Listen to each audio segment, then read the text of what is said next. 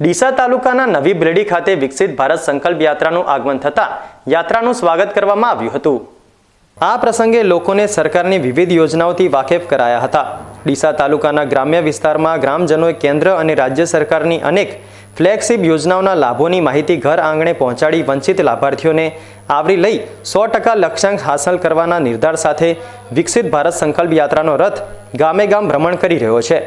ત્યારે ડીસા તાલુકાના નવી ભીલડી ગામે વિકસિત ભારત સંકલ્પ યાત્રાના રથનું આગમન થતાં નવી ભીલડી પ્રાથમિક શાળાની બાળાઓ દ્વારા કુમકુમ તિલક અને સ્વાગત ગીતથી રથનું સ્વાગત કરાયું હતું। આ કાર્યક્રમમાં દિયોદરના ધારાસભ્ય કેસાજી ચૌહાણે વિકસિત ભારત સંકલ્પ યાત્રામાં સામેલ 17 જેટલી યોજનાઓની માહિતી આપી પાત્રતા ધરાવતા લાભાર્થીઓને ગેસ કનેક્શન, આયુષ્યમાન કાર્ડ તેમજ પોષણ કીટનું વિતરણ કરાયું હતું। તેમણે વહાલી દીકરી યોજનાનો વધુને વધુ લાભ લઈ સરકારના મહિલા સશક્તિકરણના પ્રયાસને વધારે વેગવંતો બનાવવા પણ લાભાર્થીઓને આહવાન કર્યું હતું।